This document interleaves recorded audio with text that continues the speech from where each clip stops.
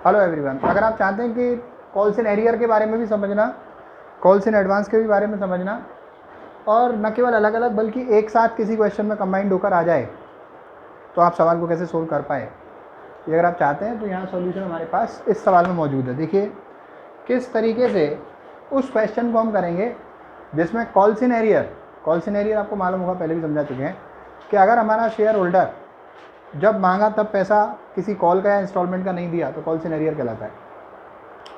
ठीक है, उस पर कंपनी उससे इंटरेस्ट वसूलती है। और कॉल्स इन एडवांस क्या होता है? पैसा बाद में ड्यू होगा, दे उसने पहले दिया। पैसा मान लो अभी चल रहा है अक्टूबर, दिसंबर का पैसा अक्टूबर में दे दिया तो एडवांस है। क्लियर? इसी तरीके से कॉल का पैसा अलॉटमेंट के साथ दे दिया तो एडवांस है। तो बाद में जब वो मांगी जाएगी तो उसको आपको कम करके रिसीव करना होगा जितना आप पहले ही एडवांस में दिया है।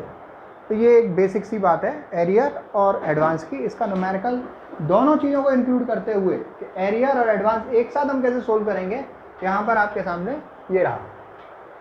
एस लिमिटेड का रजिस्ट्रेशन हुआ, उसकी कैपिटल 3 लाख रुपए की थी, जो डिवाइडेड 10 रुपए वाले शेयर में थी तो 30,000 शेयर हो गए। इन्होंने इश्यू इसमें से 10,000 शेयर किए और 2 रुपये प्रीमियम पर किए।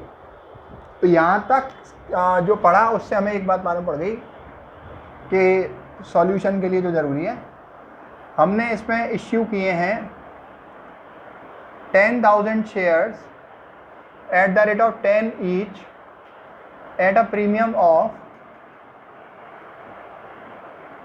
₹2, 2 रुपये प्रीमियम पर।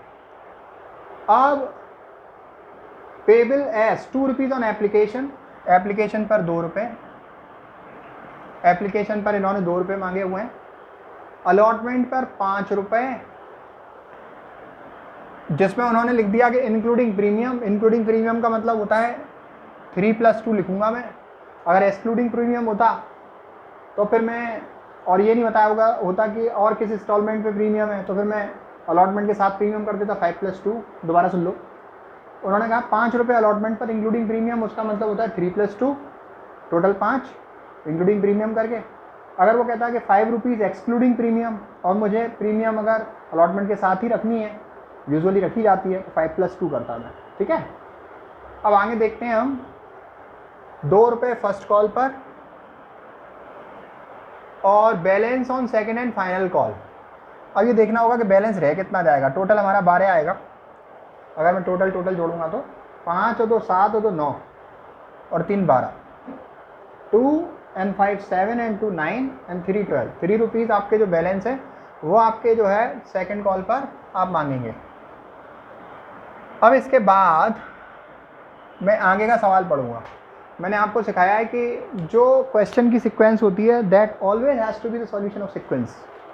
ये बहुत ज़रूरी है कि आप समझें, जो क्वेश्चन की सीक्वेंस है वही हमारी सॉल्यूशन की होनी चाहिए। उन्होंने बताया हमारी रजिस्टर्ड कैपिटल 3 लाख रुपए की थी, 10 रुपये वाले शेयर थे, 30,000 शेयर थे, लेकिन रजिस्टर्ड कैपिटल जितनी है पूरे इश्यू करना जरूरी नहीं है। उन्होंने उसमें से 10,000 शेयर इश्यू करे और 2 रुपये पर शेयर के प्रीमियम पर करे, मतलब 12 रुपये के रेट से करें। 2 रुपये एप्लीकेशन पर मांगे गए, लिख दिया। 5 रुपये अलॉटमेंट पर लिख दिया। 2 रुपये फर्स्ट कॉल पर लिख दिया। Balance second and final call पर लिख दिया। और सेकेंड एंड फाइनल कॉल 3 महीने बाद मांगी गई है, मतलब the time difference between the first call and the second call is 3 months. Time difference first और सेकंड कॉल का हमारा 3 महीने है। All the money payable on application and allotment were duly received, मतलब आराम से रिसीव हो गई। काय पर? एप्लीकेशन पर और अलॉटमेंट पर। इसमें हमारी कोई समस्या आई नहीं, राइट? ये आराम से रिसीव हो गई। लेकिन जब फर्स्ट कॉल मांगी गई, मतलब फर्स्ट कॉल जब मांगी गई, फर्स्ट कॉल के पैसे जब मांगे गए, तो हमारा जो है एक शेयर होल्डर है जिसने एंटायर बैलेंस अपनी होल्डिंग उसकी थी 500 शेयर की, उसके पास थे 500 शेयर, उसने बचे हुए सारे पैसे फर्स्ट कॉल के टाइम पर दे दिए। तो अगर उसके पास 500 शेयर हैं और उसे अपनी होल्डिंग पर सारा पैसा देना है और फर्स्ट कॉल के टाइम पर देना है, क्योंकि ये लिखा भी है कि फर्स्ट कॉल जब मांगी गई तो मिस्टर एक शेयर होल्डर उसने अपने सारे पैसे जो 500 शेयर पे थे वो उसने किसके साथ दे दिए? फर्स्ट कॉल के साथ दे दिए। तो बचे कितने पैसे हैं उसके? 3 रुपये ही तो बचे। जो उसने एडवांस दिए होंगे। दोबारा सुन लो, इसमें लिखा हुआ है सारे पैसे आ गए, एप्लीकेशन आ गई, अलॉटमेंट आ गई, लेकिन जब फर्स्ट कॉल मांगी तो ए ने सारा पैसा 500 शेयर पर दे दिया। तो मैंने इसका एडवांस लिख दिया क्योंकि इसने बचा हुआ सारा पैसा दे दिया, 3 रुपये रह गए थे वो फर्स्ट कॉल के साथ दे दिया उन्होंने। तो इसको मैं क्या मानूंगा? Calls in advance. अब आगे देखते हैं साहब, एक दूसरा शेयर होल्डर है बी, बहुत ब्यूटीफुल है, बी से ब्यूटीफुल होता है, राइट। तो दूसरा शेयर होल्डर है बी जिसके पास 600 शेयर थे, फेल टू पे, राइट। वो नहीं दे पाया अपनी फर्स्ट कॉल और सेकंड कॉल। मतलब ए तो बहुत अच्छा है कि उसने एडवांस पहले ही दे दिया, और बी ब्यूटीफुल है, उसने फर्स्ट कॉल और सेकंड कॉल कुछ नहीं दिया, राइट। ऐसे होता है, ब्यूटीफुल का फायदा होता है। तो फर्स्ट कॉल और सेकंड कॉल कुछ नहीं दिया उसने। भाई बी से हमने पैसे मांगे तो उसके पास 600 शेयर थे, उसने फर्स्ट कॉल के 2 रुपये नहीं दिए और सेकंड कॉल के 3 रुपये नहीं दिए। और जब ऐसा हुआ तो हमारा सवाल कैसे होगा, कंपनी की बुक्स में अकाउंटिंग ट्रीटमेंट कैसे होगा, जर्नल एंट्री कैसे होगी, वही तो हमें सीखना है भाई लोगों, भाइयों और बहनों। अब इसके बाद हमें लेना है रिसीव्ड का कॉलम। तो एप्लीकेशन में तो कोई समस्या है नहीं, तो 10,000 पे 2 रुपीज़ के हिसाब से 20,000 रुपीज़ आपको रिसीव भी हुए होंगे और आपने ट्रांसफ़र भी किए होंगे।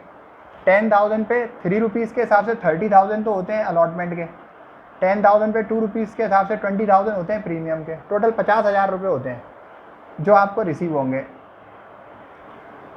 अब इसके बाद 10,000 पे 2 रुपीज़ के हिसाब से फर्स्ट कॉल के होते हैं 20,000 और सेकंड कॉल के होते हैं 30,000।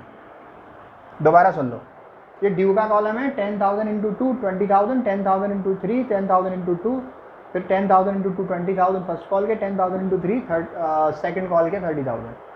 अब आप देखो रिसीव्ड के अमाउंट कैसे आएंगे। एप्लीकेशन अलॉटमेंट तो पूरा रिसीव हो गया था, कोई समस्या नहीं थी, बस केवल जब फर्स्ट कॉल मांगी गई तो यहाँ से गड़बड़ चालू होती है।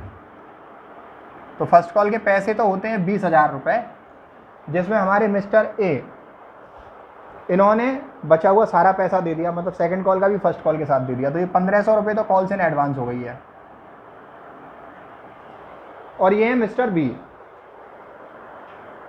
इन्होंने फर्स्ट कॉल और सेकंड कॉल दोनों का पैसा नहीं दिया है, तो इनके पैसे आपको 1,200 रुपये मिलेंगे नहीं, ये कॉल्स इन एरियर है।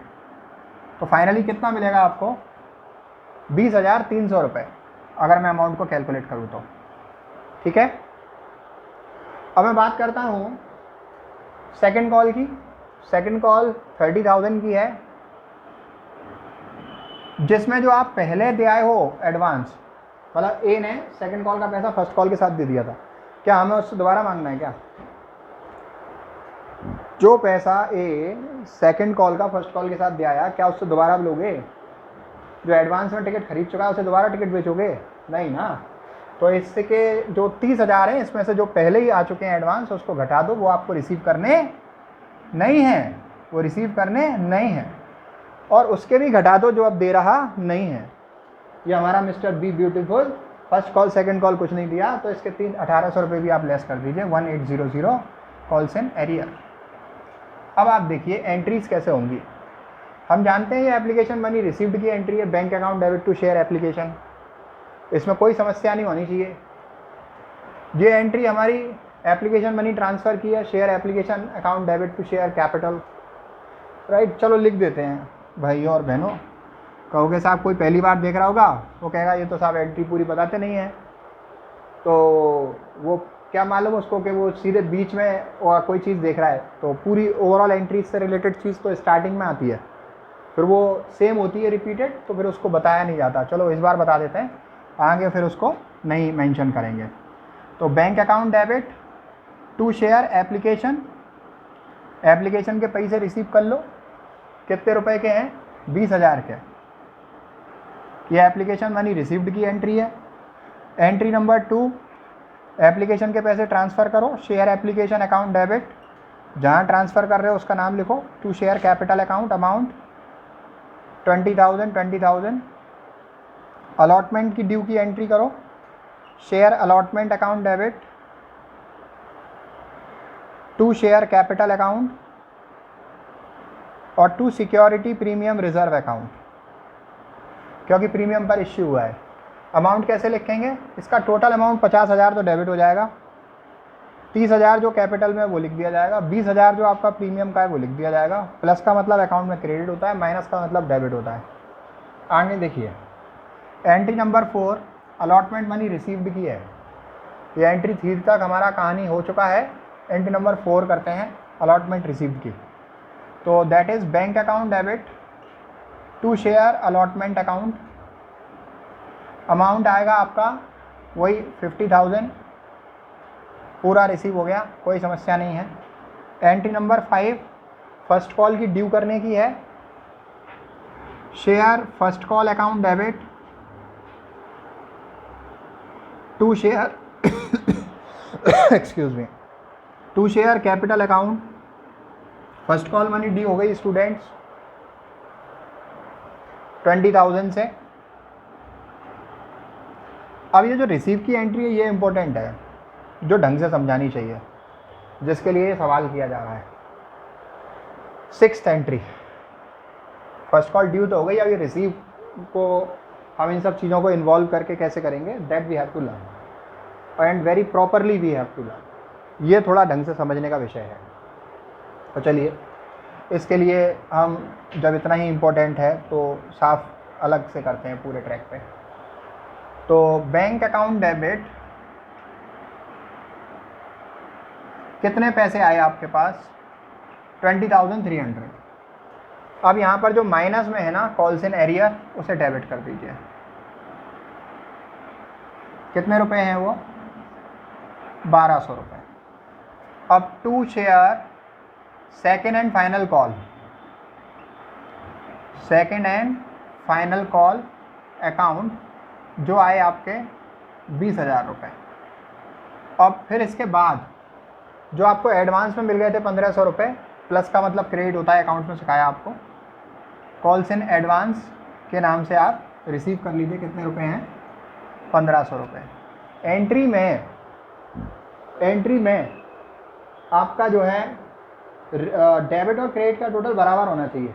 दोबारा सुन लो, 20,300 आए आपके पास, एंट्री नंबर 6। एरियर कितना था 1,200 रुपये। टू शेयर कैपिटल अकाउंट ना to share second and final call कितने की थी 20,000 की, और एडवांस कितना है आपके पास 1,500 रुपये। 1,500 डेबिट में, 21,500 डेबिट का टोटल है और क्रेडिट का। कुछ कह रहे थे आप? अच्छा फर्स्ट कॉल है, तो शेयर फर्स्ट कॉल अकाउंट, ये फर्स्ट कॉल है भैया, गलती हो जाती कोई बात नहीं है। तो देखो 20,300 एरियर डेबिट हो गया, एडवांस क्रेडिट हो गया, और ये हमारा फर्स्ट कॉल। अब इसके बाद एंट्री नंबर 7 में चलो, share second and final call account debit to share capital due करनी है आपको 30,000। अब रिसीव करनी है आपको, आए कितने हैं आपके पास, इसको कैलकुलेट कर लोगे तो अमाउंट आ जाएगा 3,300। 1,500 और 1,800 3,300 रुपये होते हैं, लेस कर दो 26,700। इसको आप बैंक अकाउंट डेबिट कर लो 26,700। अब जो पैसे आपके पास एडवांस में आ गए थे वो आपको दोबारा नहीं लेने, तो उसे कॉल्स इन एडवांस के नाम से डेबिट कर दो। कितने 1,500 रुपये। और जो पैसे दिए ही नहीं मिस्टर ब्यूटीफुल मिस्टर बी ने, उन्हें डेबिट कर दो कॉल्स इन एरियर के नाम से 1800। और to share second and final call, total amount कितना होगा वो 30,000। This is what we have to do, right. तो what we have learn so far in this is कि कॉल्स इन एरियर क्या होता है, कॉल्स इन एडवांस क्या होता है, और फिर उसके बाद अगर दोनों चीज़ें किसी एक क्वेश्चन में हो तो सॉल्यूशन कैसे होता है, that we have learn. Question की सीक्वेंस, सॉल्यूशन की सीक्वेंस होनी चाहिए। आपने टेबल बनाएंगे, टेबल के हिसाब से आप एक एक एंट्री पोस्ट करेंगे कि साहब फर्स्ट एंट्री एप्लीकेशन रिसीव्ड की, सेकेंड एंट्री एप्लीकेशन ट्रांसफ़र की, थर्ड एंट्री प्रीमियम पे अलॉटमेंट ड्यू की, fourth entry allotment money received की, फिफ्थ एंट्री आपकी फर्स्ट कॉल ड्यू की, sixth entry first call received की, राइट। तो ये इंपॉर्टेंट बात है, इसको दोबारा सुन लो। 20,300 आ गए, जो आपके मिले नहीं वो डेबिट हो गए, 2 शेयर फर्स्ट कॉल 20,000 हो गई, और जो आपको एडवांस मिल गया वो क्रेडिट हो गया। फिर आप एंट्री नंबर 7 किया आपने सेकंड कॉल ड्यू का, फिर एंट्री नंबर 8 करेंगे आप। एंट्री नंबर 8 में क्या किया, 26,700 रिसीव हुए, जो एडवांस आपको मिल गया था वो दोबारा नहीं लेना, डेबिट कर दिया, जो अभी दिया ही नहीं किसी उसने, मिस्टर बी ने, वो डेबिट कर दिया। टोटल शेयर सेकंड कॉल पे कितने आने थे, इतने आने थे। Clear? This is simply what we have to understand in this.